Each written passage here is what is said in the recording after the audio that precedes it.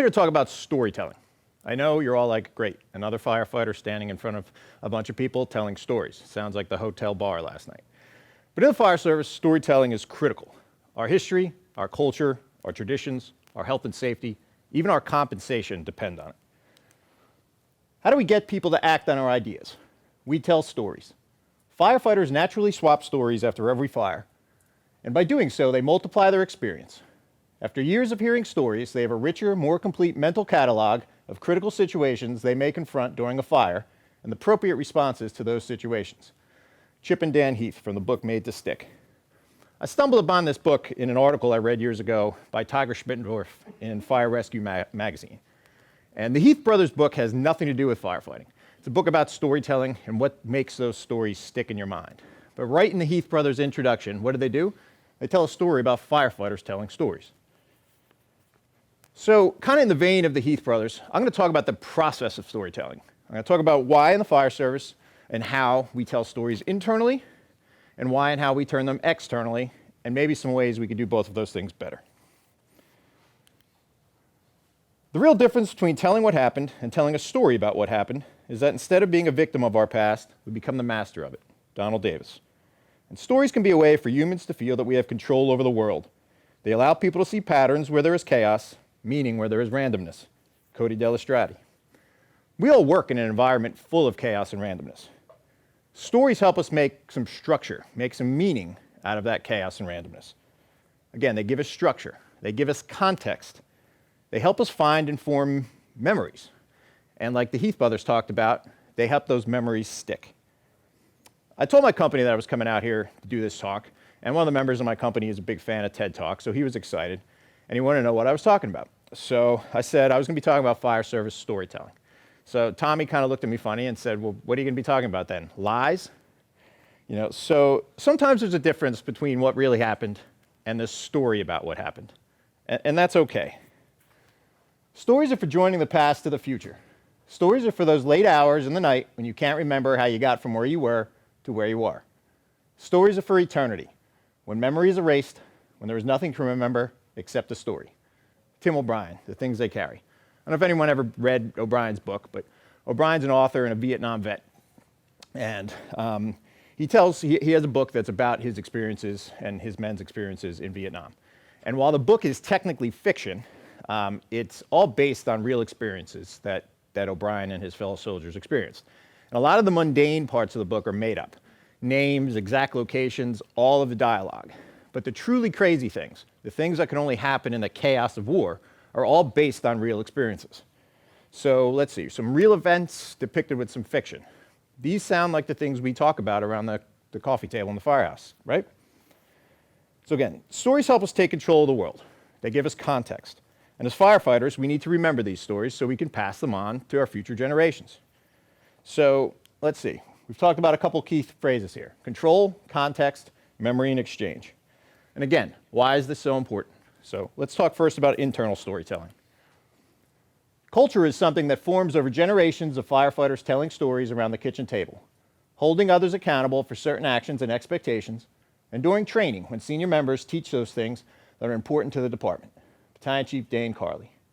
And the construct of brotherhood was a natural outgrowth of small family units that served as the cornerstone of social interaction into the extended family of society and organizations.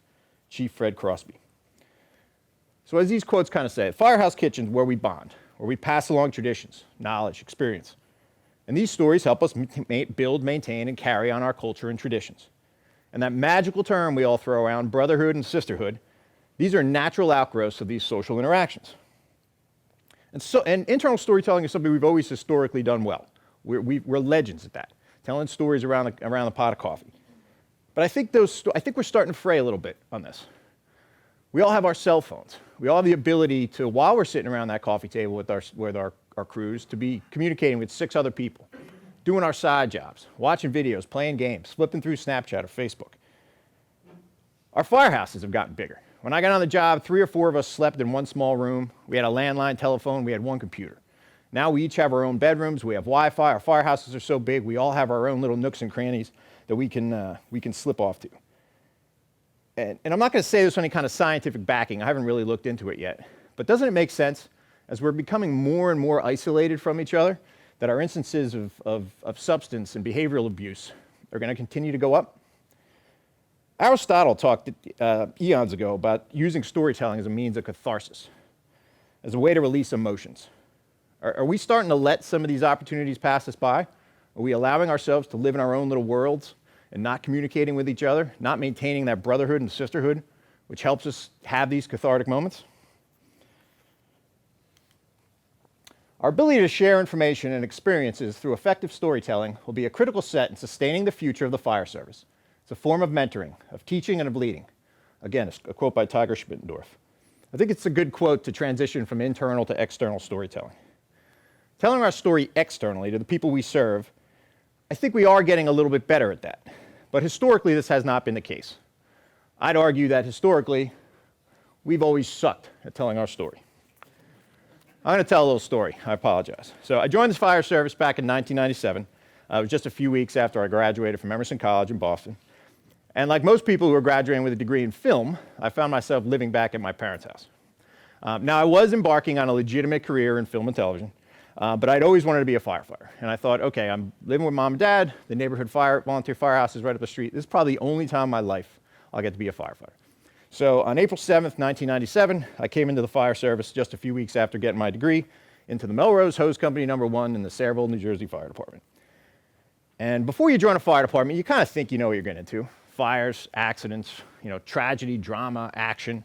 And I did see some of that, but unless you grow up in a firehouse, you're not really ready for what I talked about earlier, and that the internal storytelling, the epic ball busting, just these crazy conversations. Now, I was somebody who had just spent 4 years learning essentially how to be a storyteller. And now I'm in a firehouse, and these are the greatest storytellers that I've ever experienced in my whole life. So fast forward a few weeks, and I start up at the Middlesex County Fire Academy for Firefighter 1. And I remember one of my first nights there, Mike Daly was the instructor. You guys, some of you might know Mike. Mike's a firehouse contributor. He teaches classes.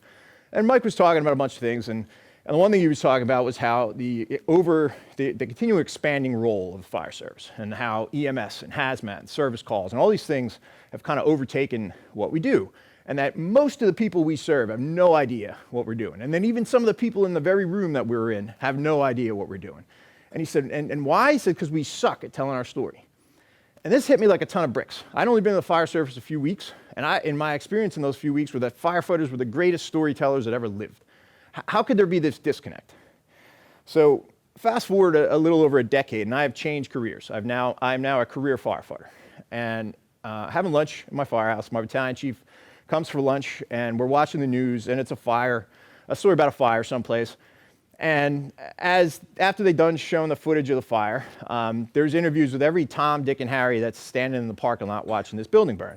Why? Probably because the fire department didn't bother to put a spokesperson out in front. So they're talking to these members of the public who, of course, are rattling off crazy things like it took 40 minutes for the fire department to get there, and so on and so forth.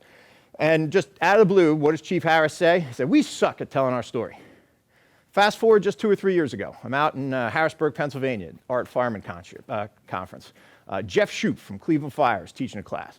Jeff's fought more fires, written more articles, taught more students than all of us combined. The guy still uses an overhead projector with slides to teach his classes. And what does Jeff say right in the middle of his presentation? He says, "We suck at telling our story." Why do we tell our story so well inside, but struggle so well to do it outside? It's probably like everything else we struggle with. We don't make it a priority.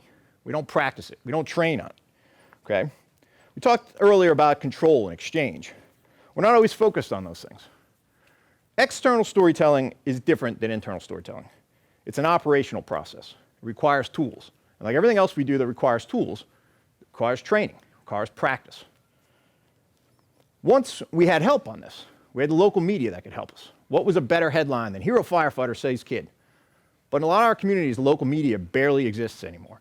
Newspaper newsroom jobs in this country in the last decade have disappeared. They've gone down by more than half. In 2019 alone, we've seen 26 media jobs in this country disappear every single day. So the people that we used to be able to count on to help us tell our story, they're not there anymore, or they're significantly reduced. I'm going to read a letter that was written by the chief of the Los Angeles Fire Department after one of his members was killed in the line of duty.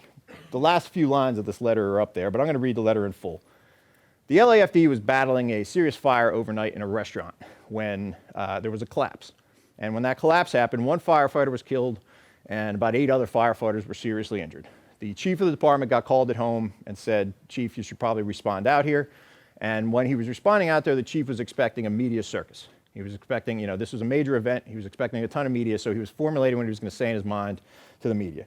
But when he showed up, he found hardly any media there at all. There was hardly any press covering this story at all. And 2 days later, he wrote an open letter to the media in the city of Los Angeles to share his thoughts on this. And again, these are the last few lines of that letter, but I'm going to read the letter in full.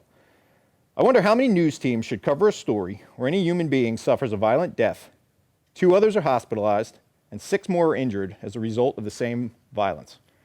Apparatus operator Taylor gave his life protecting the people and property of Los Angeles, as did 8 other injured firefighters. They care. They demonstrate their caring by making the ultimate sacrifice. And they are asking, in fact, the entire fire department is asking, does anyone else care? Needless to say, the citizens cannot be expected to care if they are uninformed.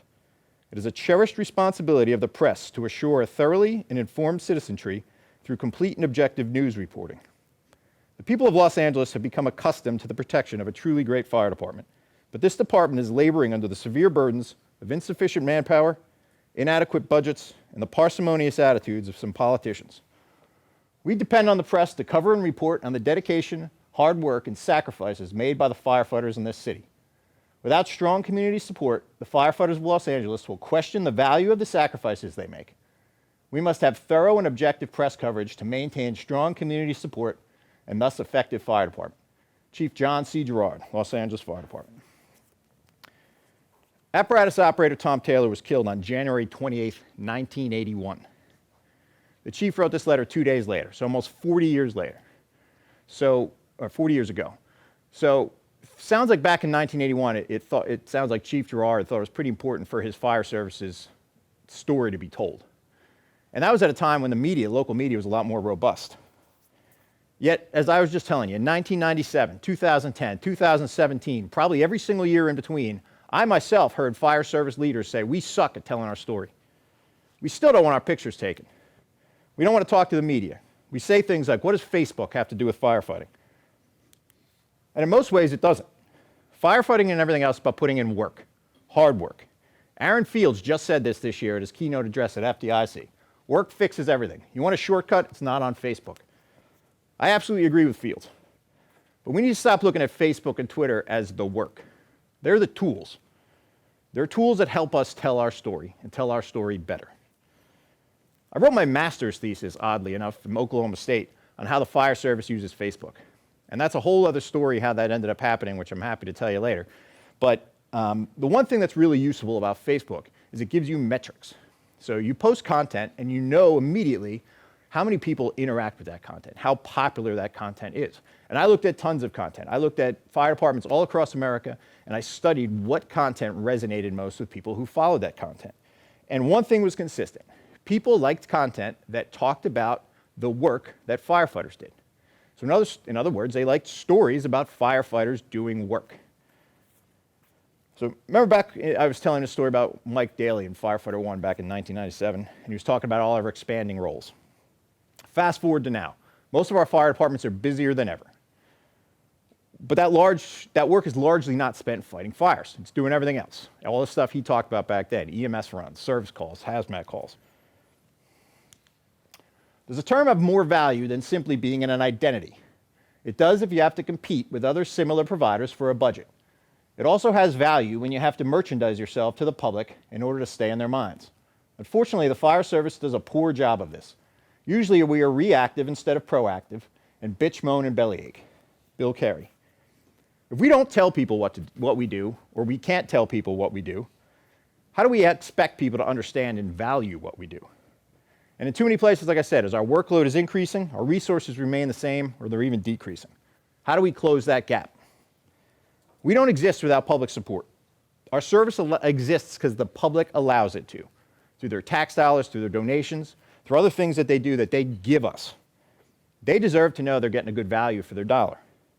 Public needs to know what we do in order to value us, and as Chief Gerard from the LAFD said, we need to know that we're valued. We need to know that the sacrifices that this job demands are worth it. Now, we are starting to come around with this. I did say earlier, I think externally we are improving our communications a little bit. Our fire departments, our union locals, our individual members are starting to realize that we can't rely on others to tell our stories. We have access to tools now that help us tell these stories easier than ever, and we are starting to promote our brand. What does that mean? Well, brand is the sum total of how someone perceives a particular organization. Branding is about shaping that perception. Ashley Friedland. Fire service is an excellent brand. I almost couldn't think of one that's better. And social media tools and our phones and things like that are just helping us communicate finally for the first time in an easier way. Now, some of this progress has gotten a little out of hand. We're not just starting to brand ourselves. I mean, our fire service, I should say. We're starting to brand ourselves. We have full-blown A-list, B-list, C-list fire service celebrities, Facebook and Twitter heroes. We even have fire service TED Talks. The pinnacle of the struggle for attention, which we are promised will surely pay off through wealth and fame, is the TED Talk. In a lot of ways, I think this is just a natural extension of what we've always done. It's us telling stories. And these platforms are allowing us just to tell our stories beyond the walls of our local firehouses. But it creates challenges. We talked earlier about context. Fire service is local. When listening to somebody who's not from your local area, sometimes context isn't always there. I mean, in today's world, you can post on social media and gain a good following of people, and a majority of those followers would take your word on whatever you post and jump on your bandwagon just because others are doing it and liking it or sharing your information, even if it's wrong or not the correct thing. Jason Martinez. I'll tell another story. About 2 years ago, I was in a class in New Jersey that was taught by what I would call an A-list fire service celebrity.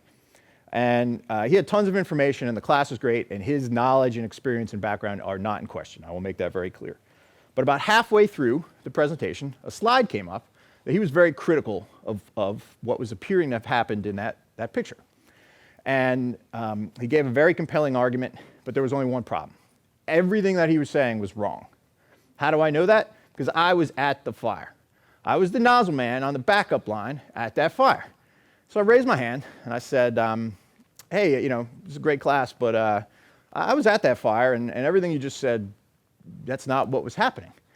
And he just said, oh, good for you. He said, I don't even know where this fire was from. I just found it on the internet and was using it to make a point. So, you know, again, context. I knew what he was saying in that picture about that picture was total bullshit. Did it throw into question in my mind, okay, the last hour of pictures I heard him talking about were that bullshit too? I don't know. You know, does it matter? It's hard to say. I think the jury is still out on these things, but these are things we need to be thinking about. At least, again, this guy's resume was not in question. But some of the folks chiming in on social media, in our own firehouse, we know who the storyteller is. We know who the audience is. We know the context. We have context. We have exchange. On the internet, we don't know where the info comes from. We don't know who's receiving it. We don't have control. Who knows if we have memory? Again, those are those four key points we talked about earlier. Storytelling is the essential human activity. The harder the situation, the more essential it is. Again, Tim O'Brien. Our jobs are hard. The situations we face are hard. We need to keep telling stories. We need to treat them as essential functions of our service and for our members to survive and thrive. We need to make space and time to share our ideas and experience. We need to do this internally and externally. Thank you for your time.